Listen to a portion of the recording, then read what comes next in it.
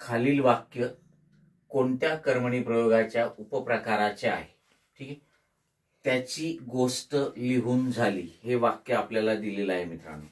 आणि हे वाक्य कर्मणी प्रयोगात आहेच, ऑलरेडी दिलेलं आहे आपल्याला, कर्मणी प्रयोगाचं वाक्य आहे. पण कोणत्या उपप्रकाराचं आहे कर्मणी मधल्या, ठीक आहे, हे आपल्याला बघायचं आहे. ठीक आहे, मग आता आपण बघूया. शक्य कर्मणी प्रयोग, समापन कर्मणी प्रयोग, नवीन कर्मणी प्रयोग, प्रधान कर्तृक कर्मणी प्रयोग. लक्ष द्या, त्याची गोष्ट लिहून झाली. इथे त्याची कर्ता आहे, कर्ता षष्ठी विभक्तीत आहे.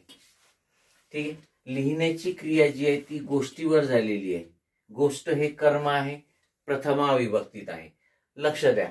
आणि लिहून झाली हे संयुक्त क्रियापद आहे, धातू साधित प्लस सहाय्यक क्रियापद. ठीक आहे, आता बघा, हे जे वाक्य आहे हे समापन कर्मणी प्रयोगाचं आहे. कसं?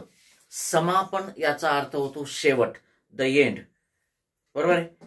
ज्या कर्मणी प्रयोगामध्ये कर्ता षष्ठी विभक्तीत असतो आणि वाक्यातील क्रियेचा शेवट समापन, शेवट म्हणजे समापन, संयुक्त क्रियापदाने झालेले असते, त्याला समापन कर्मणी प्रयोग म्हणतात.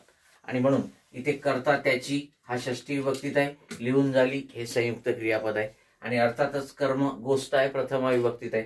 म्हणजेच हा कर्मणी प्रयोग तर आहेच, पण समापन कर्मणी प्रयोग आहे. एक गोष्ट लक्षात घ्या, बरेच विद्यार्थी काय करतात की कुठेही संयुक्त क्रियापद दिसलं की समापन कर्मणी करतात. चुकीचं आहे. समापन कर्मणी प्रयोगामध्ये कर्ता षष्ठीतच लागेल, कर्म लागेल, प्रथमा विभक्तीतच लागेल, आणि क्रियापद संयुक्त क्रियापदच लागेल. ठीक आहे, अशा वेळेला मग कोणता प्रयोग होतो? समापन कर्मणी प्रयोग होतो. ओके. शक्य कर्मणी प्रयोगामध्ये क्रियापद शक्य क्रियापद असते. नवीन कर्मणी प्रयोगामध्ये कर्त्याला कडून शब्दयोगी अव्यय लावलेला असतो किंवा कर्त्याचा उल्लेख टाळलेला असतो. आणि प्रधान कर्तृक कर्मणी प्रयोगामध्ये कर्ता हा शुद्ध तृतीया विभक्तीत असतो. आणि सर्वच प्रयोगामध्ये एक कॉमन लक्षण असते, ते म्हणजे वाक्यात कर्म असते आणि ते प्रथमा विभक्तीतच असते. Okay, yes.